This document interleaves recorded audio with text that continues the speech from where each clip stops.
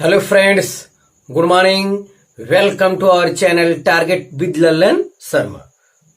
तो आज विद्यार्थी हम लोग क्वेश्चन जो सॉल्व करेंगे वो है आय व्यय पर आधारित प्रश्न। तो आइए देखते हैं पहला सवाल। किसी व्यक्ति की मासिक आय 13,500 रुपए थी, उसका व्यय 9,000 रुपए था। अगले वर्ष उसकी आय 14% बढ़ गई तथा उसका व्यय 7% बढ़ गया। उसकी बचत में प्रतिशत वृद्धि थी। तो चलिए कोई बात नहीं, देखते हैं इसका सलूशन। पहले एक बार खुद ट्राई कर लिया कीजिए। तो किसी व्यक्ति की मासिक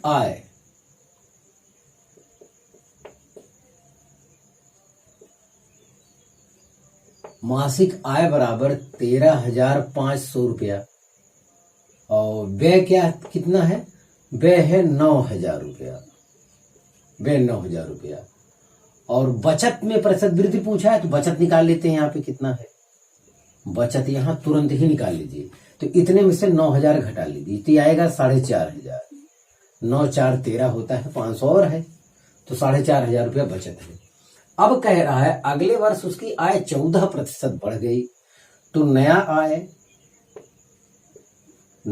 आय जो हो जाएगा, नया आय निकालने का एक तरीका है कि 13,500 गुणे 14/100, 14% निकाल के फिर 13,500 जोड़ना होगा। चाहे ऐसा करिए चाहे डायरेक्ट कर दीजिए। 13,500 गुणे 114/100 कर दीजिए। जब वृद्धि रहे तो जोड़ के लिख दीजिए, 100 में जोड़ के प्रतिशत तब लिख दीजिए बटे 100। अगर कमी है तो वो चीज 100 में से घटा के लिखना होगा। बस इतनी सी बात है। उसकी आय 14% बढ़ गई तो 114/100 कर दीजिए। अब यहां से डायरेक्ट कैलकुलेशन कर लेंगे तो आपको अपना आंसर मिल जाएगा। तो आपको जो अपना आंसर यहां मिलने वाला है, 4 से गुणा हम कर रहे हैं, 4 25 20 के 0 हासिल 2, 13 चौका 52, 2 54। चलिए इतना हो गया। 1 से गुणा करेंगे तो 135 यहां लिखेंगे, फिर 135 लिखेंगे, 0 5 4 9, 5 5 10 3 13 3 हासिल 1 4 1 5, 15,390 रुपया आ रहा है। तो नया आय हो गया 15,390 रुपया। ये नया आय है।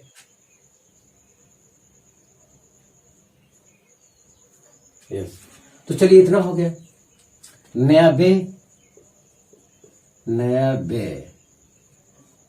व्यय कितना है? व्यय कह रहा 7% व्यय भी बढ़ गया उसका। तो पहले कितना था? 9,000 रुपये व्यय था। 9,000 का 7% निकाल के फिर 9,000 में जोड़ दीजिए, या वृद्धि के लिए डायरेक्ट आप ऐसा कीजिए। 9,000 का 7% बढ़ गया तो 107/100 कर लीजिए। यहां से ये सफाई से काट लीजिए। ये कैलकुलेशन करने पे जो आएगा, एक 0 यहां लिख देंगे और 9 7 63 पूरा रख देंगे। 9 1 के 9, 9,630 रुपया। अब यहां से नया बचत ज्ञात कर लीजिए। नया बचत जो हो जाएगा, तो 15,390 में से 9,630 घटाएगा। 9,630 आप घटाएंगे। नई कमाई कितना? नया वेतन बढ़ने के बाद आ गया 15,390 रुपया मासिक वेतन हो गया। और पहले कितना था? 13,500 रुपया, तो बढ़ गया। और नया खर्चा भी बढ़ गया। पहले 9,000 था, अब 9,630 हो गया। तो नए वेतन में से नया खर्चा घटा देंगे तो नया बचत पता चल जाएगा। तो 0 6 13 में 6 गए 7, 6 6 13, ये 14 में से 9 गए 5, 5,760 रुपया आया। 5,760 रुपया आया नया बचत। यस, इतना है। अब कह रहा उसकी बचत में प्रतिशत वृद्धि। बचत में प्रतिशत वृद्धि के लिए है, तो बचत में वृद्धि बटे प्रारंभिक बचत। एक चीज ये ध्यान देना है, बचत में वृद्धि देखिए 5,760 है आया, इधर 4,500 वृद्धि, ये घटा लीजिए। अब ये घटाएंगे तो 0 हो गया, 6 हो गया, 7 में से 5 गए 2 हो गया, यहाँ 1260 आया। बचत में वृद्धि कितना है? ये 1260 हो गया। बटे प्रारंभिक बचत है 4500 गुणे 100। तो ये चीज 00 यहां से कट जाएगा और 5 से काट दीजिए, 5 9 45, 5 दूनी 10, 5 25, 5 दूनी 10, ये हो गया। अब 9 से काट दीजिए, 9 दूनी 18 और 9 8 72, 28% आ रहा है। Option C is correct. तो ये काफी आसान दीजिए, इसमें कुछ लिखा गया नहीं। मासिक आय पहले वाला, मासिक व्यय लिख दिया गया, और बचत आय में से व्यय घटा लिए, बचत आ गया, कोई बात नहीं। अब नया आय नया व्यय निकाल लिए, ठीक है। अब नया बचत कितना हो गया, तो जाहिर है कि आय में से व्यय घटा लिए, नया बचत आ गया।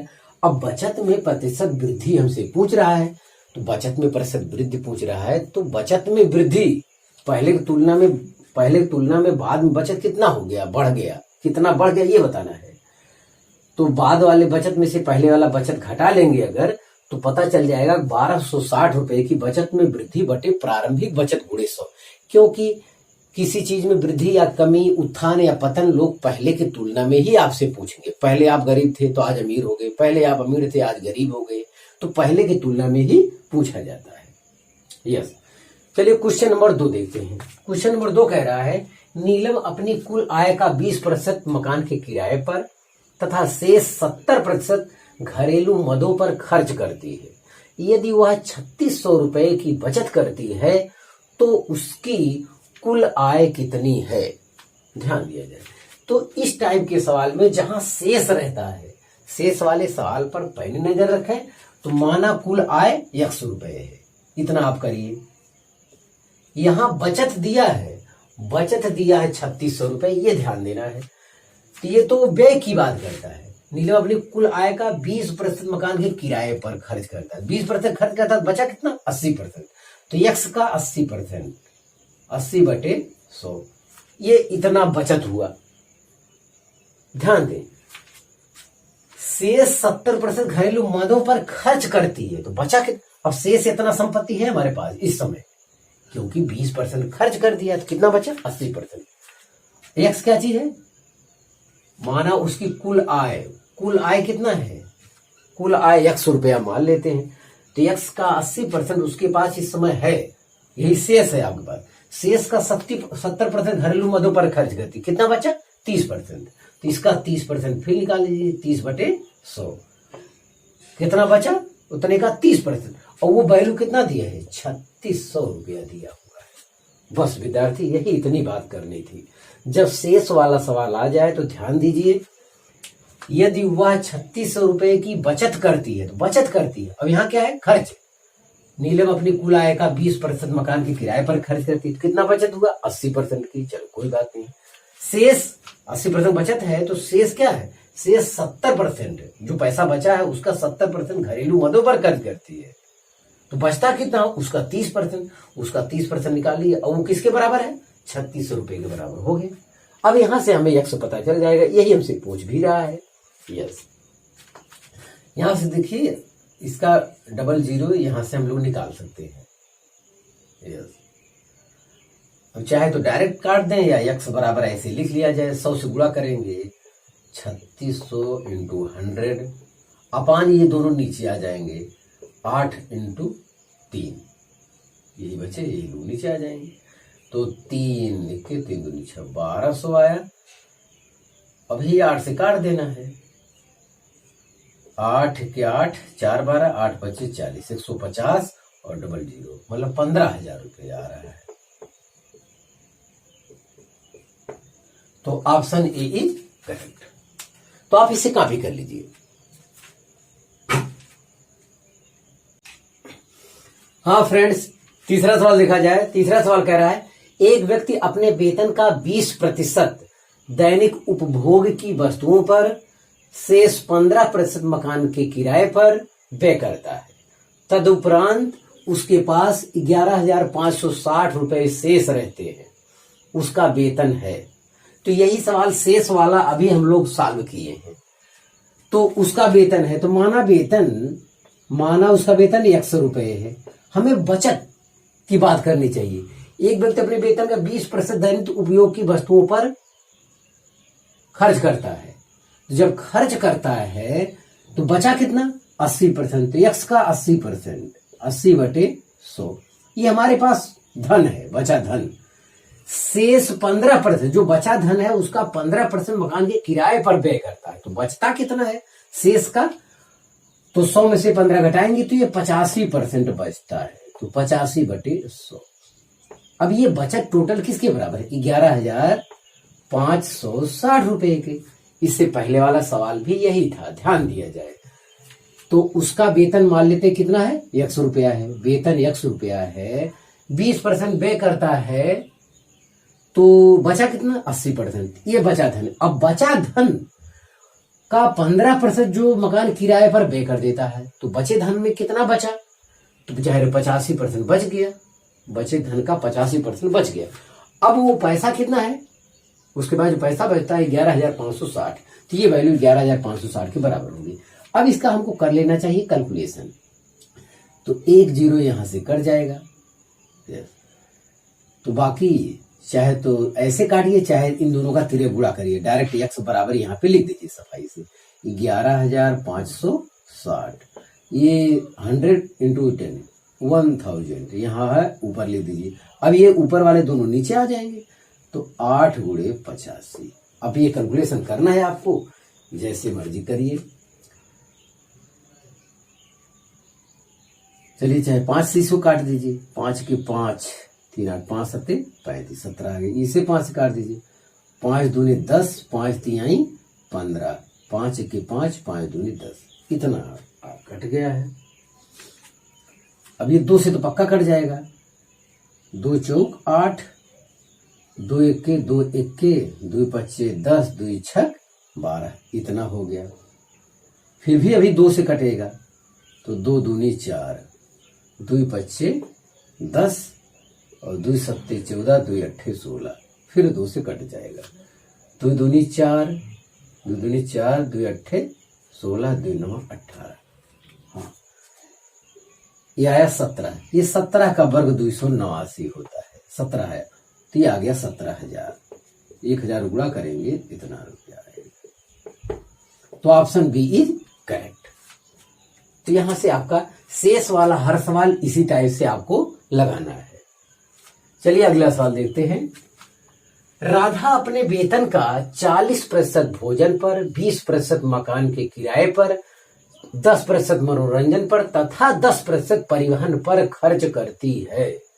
यदि माह के अंत में उसकी बचत 1500 रुपये है, तो उसका मासिक वेतन रुपए में कितना रहा होगा। तो चलिए देखते हैं।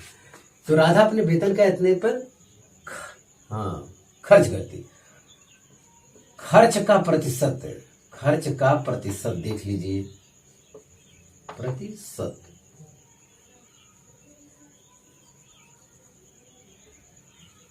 खर्च का प्रतिशत बराबर है 40% धन, 20% धन, 10% धन, 10%, ये मिला के हो गया 40 20 60 70 10, 80% वो खर्च कर देती, तो बचा कितना 20%, तो बचा कितना 20%। अब ये देखिए 20% किससे बराबर है, 1500 रुपए के बराबर है। 20% 1500 रुपए के बराबर है, यस। तो 20% 1500 रुपए के बराबर है, तो चाहे तो आप कर लीजिए कि माना वेतन, मासिक वेतन उसका कितना रहा होगा, 100 रुपया रहा होगा, तो 100 का 20%, 20/100, ये बराबर कितना हो जाएगा 1500 रुपए के। तो 20 25 100, 15 25 75, तो 7500 रुपया यहां से आपका आ गया। 7500 मतलब ऑप्शन बी इज करेक्ट। ध्यान दिया जाए तो उसने जितना खर्च किया, खर्च वाला प्रतिशत इकट्ठा कर लिया हमने, 80% आया, वो बचा कितना 20%, तो 20% जो है 1500 के बराबर आया, 1500 के बराबर आया।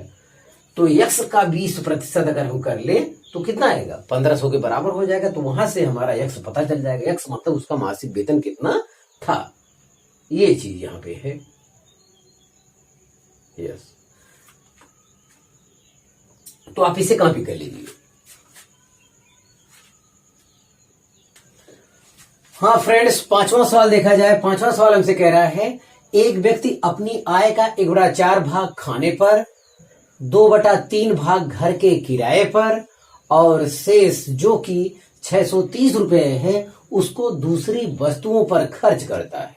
उसके घर का किराया है, उसके घर का किराया है। तो घर के किराए पर वो 2/3 भाग खर्च करता है, ये बाद में इसकी जरूरत पड़ेगा। तो पहले देखें, एक व्यक्ति अपनी आय का, तो व्यय भाग जो है, खर्च वाला भाग, व्यय भाग आपका है कितना, 1/4 भाग व्यय करता है और फिर 2/3 भाग व्यय करता है। इसको अगर हम एलसीएम लें, 4 तिहाई 12 और 3 4 तिहाई 12, 3 प्लस 3 चौक 12, 4 दूनी 8, तो मतलब आ रहा है 11/12 भाग। तो शेष भाग, हमसे शेष भाग से मतलब 1 माइनस 11/12, तो आ जाएगा कितना, 1/12 भाग। ये शेष भाग है और वो शेष भाग किसके बराबर है, 630 रुपए के। तो मान लेते हैं व्यक्ति की आय कितनी रही होगी, x रुपए, तो x का 1/12 भाग वो किसके बराबर होगा, 630 रुपए के बराबर होगा। तो x बराबर हो जाएगा 630 गुणे 12, 12 से गुणा कर लेते हैं, 12 शून्य शून्य हो गया, 12 तिहाई 36 के 6 हो गया, हासिल 3, 12 छक 72, 3 75, 7,560 रुपया कुल मासिक आय थे। एक व्यक्ति की आय कितना रहा होगा, 7,560 रुपए। लेकिन ये चीज नहीं पूछ रहा, वो हमसे पूछ रहा है कि वो, देखिए यहां पूछ रहा है उसके घर का किराया है, घर का किराया कितना है, तो किराए पर कुल आय का कितना 2/3 भाग खर्च करता है। तो घर का किराया बराबर, घर का किराया बराबर 7,560 का 2/3, यही है। तो चलिए 3 से इसे काटते हैं, तो 3 दूनी 6, 3 पचे 15, 3 दूनी 6, ये हो गया। इसमें 2 से गुणा कर देते हैं, 0 2 दूनी 4, 2 पचे 10, 0 2 दूनी 4 1 5, तो ये 5,040 रुपए है। Option A is correct. तो आज के बच्चों में जो कमी है वो सवाल को तुरंत उसका सलूशन देखते हैं। अगर जो लोग तुरंत सलूशन देखते हैं उनका परीक्षा में सॉल्व होने वाला नहीं है। पहले एक टाइप का सवाल देख के उस टाइप का सवाल जब भी आए तो वीडियो को पॉज करके स्वयं हल करना चाहिए। जो लोग स्वयं हल नहीं करेंगे उनका सही नहीं होगा, ध्यान दें। चलिए अब 6वां सवाल देखते हैं। एक लड़के द्वारा अपने जेब खर्च का 80% एक साथी को तथा बची हुई राशि का 6% दूसरे साथी को देने के उपरांत 47 पैसे शेष रहते हैं। आरंभ में लड़के के पास कितना जेब खर्च था, तो कितना था मान लेते हैं, 100 रुपए था। हाँ 100 रुपए था।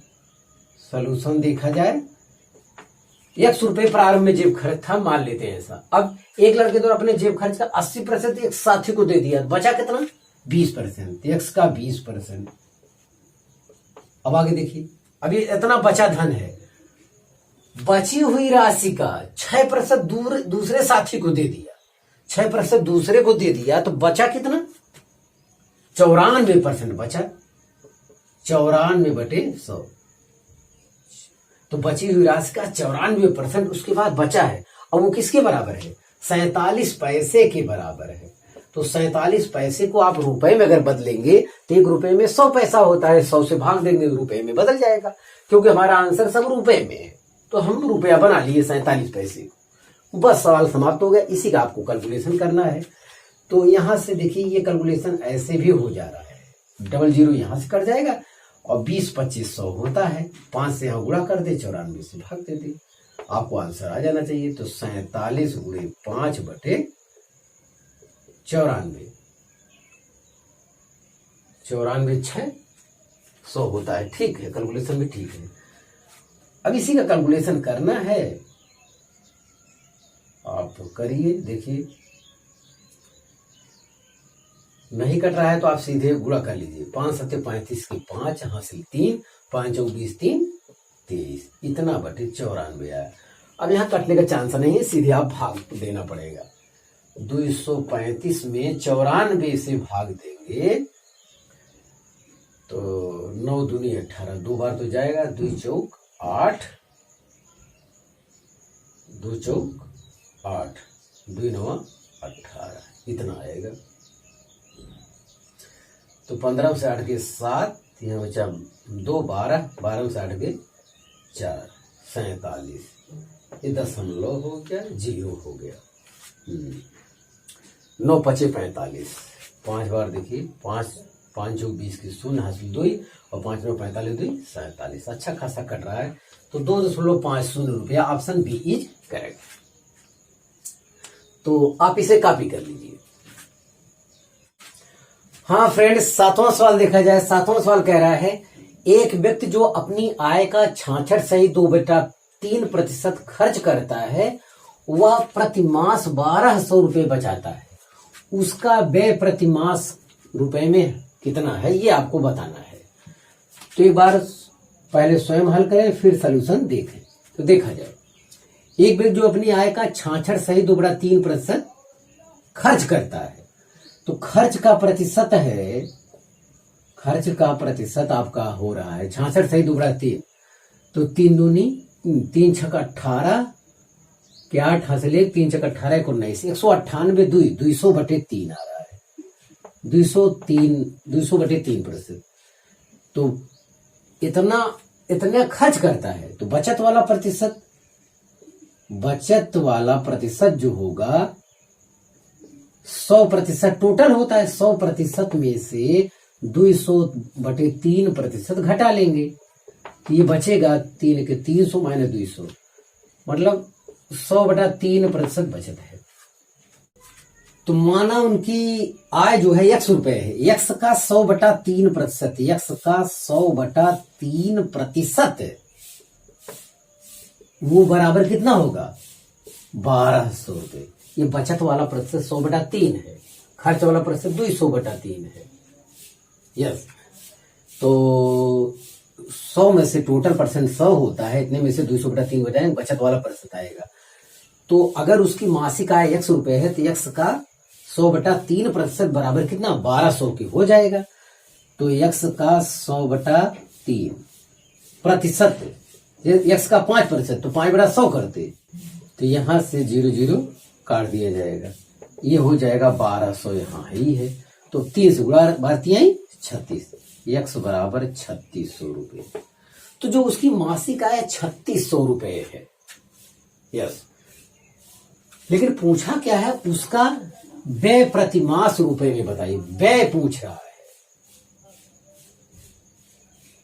तो आय का, जो अपनी आय का इतना प्रतिशत क्या करता है, खर्च करता है, तो खर्च ही तो व्यय है, वही आपसे पूछ रहा है। व्यय प्रतिमास बताइए। तो 3600 रुपये तो मासिक आय आया, ये पूछा नहीं है।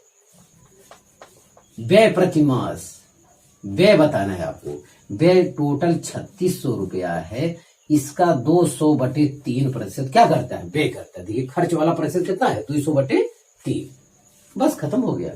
इससे यहाँ पे कैलकुलेशन कर दीजिए, 3 के 3 दूनी 6, 1200, 200/3% और 1 यहाँ 100 से क्या करना होगा, गुणा करना होगा।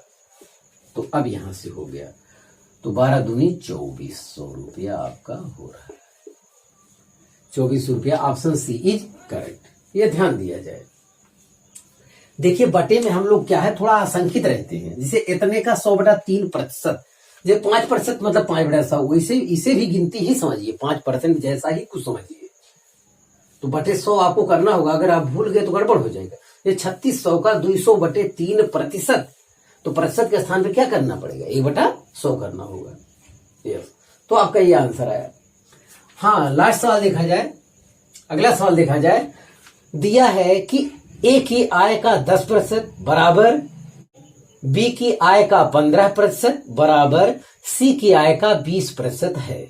यदि उनकी आय का कुल वेतन, यदि उनकी आय का कुल योग 7800 रुपये हो तो बी की आय होगी। ये है। तो चलिए यहां से देखते हैं, थोड़ा अलग टाइप का सवाल है। ए की आय का 10%, ए की आय का 10% मतलब 10/100 बराबर बी की आय का 15% मतलब 15/100 बराबर सी की आय का 20% मतलब 20/100। तो हर सेम है, आप काट सकते हैं, कोई दिक्कत नहीं है। अब यहां देखिए 5 से सरल, 5 दूनी 10, तो 2a बराबर 5 3 15, 3b बराबर 5 20, 4c आ रहा है। ये सभी को चाहे तो k मान लीजिए, ये सभी वैल्यू किसके बराबर हैं? तो a कितना आया k/2, b कितना आया k/3, c कितना आया k/4। तो मतलब a अनुपात b अनुपात c अगर हम लिखना चाहें तो इसे लिख सकते हैं 1/2 अनुपात 1/3 अनुपात 1/4।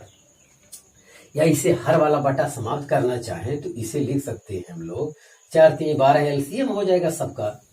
तो 2 6 12, 6 अनुपात 3 4 12, 4 4 3 12।